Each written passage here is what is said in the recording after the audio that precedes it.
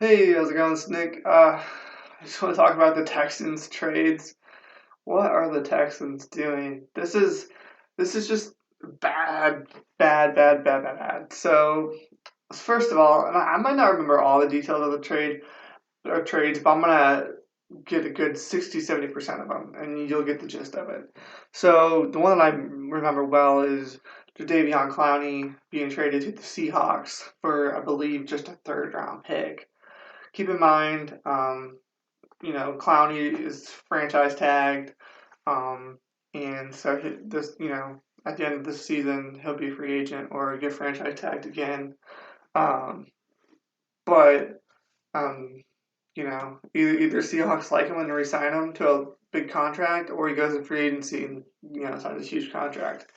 The thing is, like, the Texans really messed up because they were kind of uncertain on what they wanted to do with him, whether they wanted to extend him to a major contract, which they turned out not wanting to do, um, or get some value out of him, which they waited too long. Like, a lot of experts say they should have done that before the draft because that's what a lot of other defensive ends did on their final years.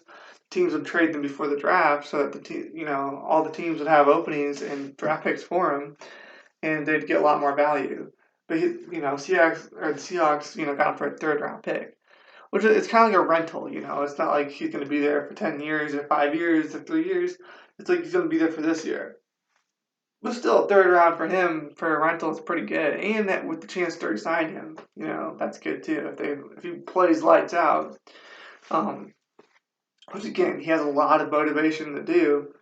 He could get paid pretty handsomely. Um, so did the Texans get some value out of him? Yeah, they did. Um, but did they get as much as they could have? No.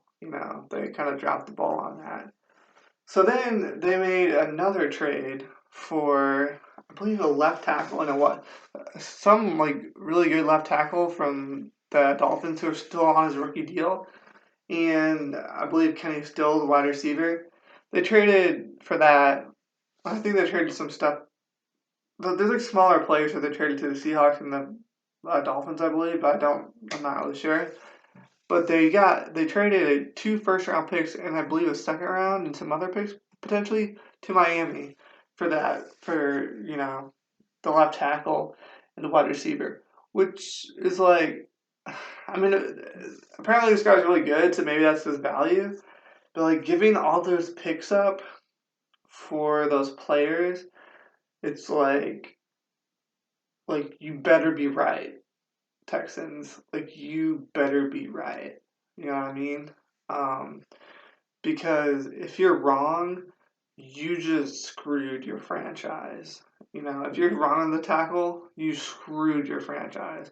Because the Kenny Stills, he's a good receiver, but I don't think he's like top 5, top 10.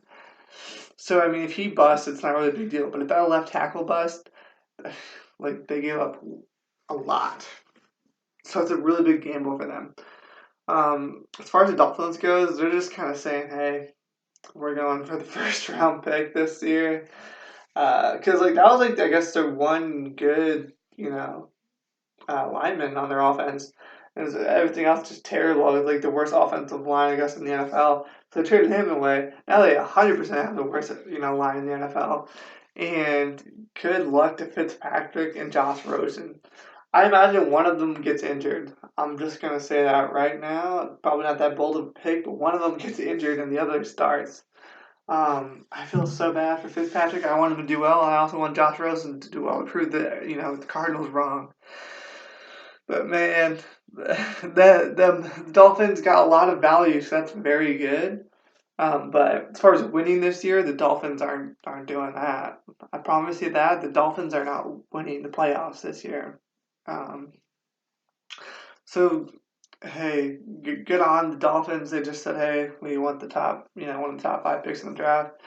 Texans, you took a gamble, a real big gamble. Hopefully it pays off because if it doesn't, someone's getting fired.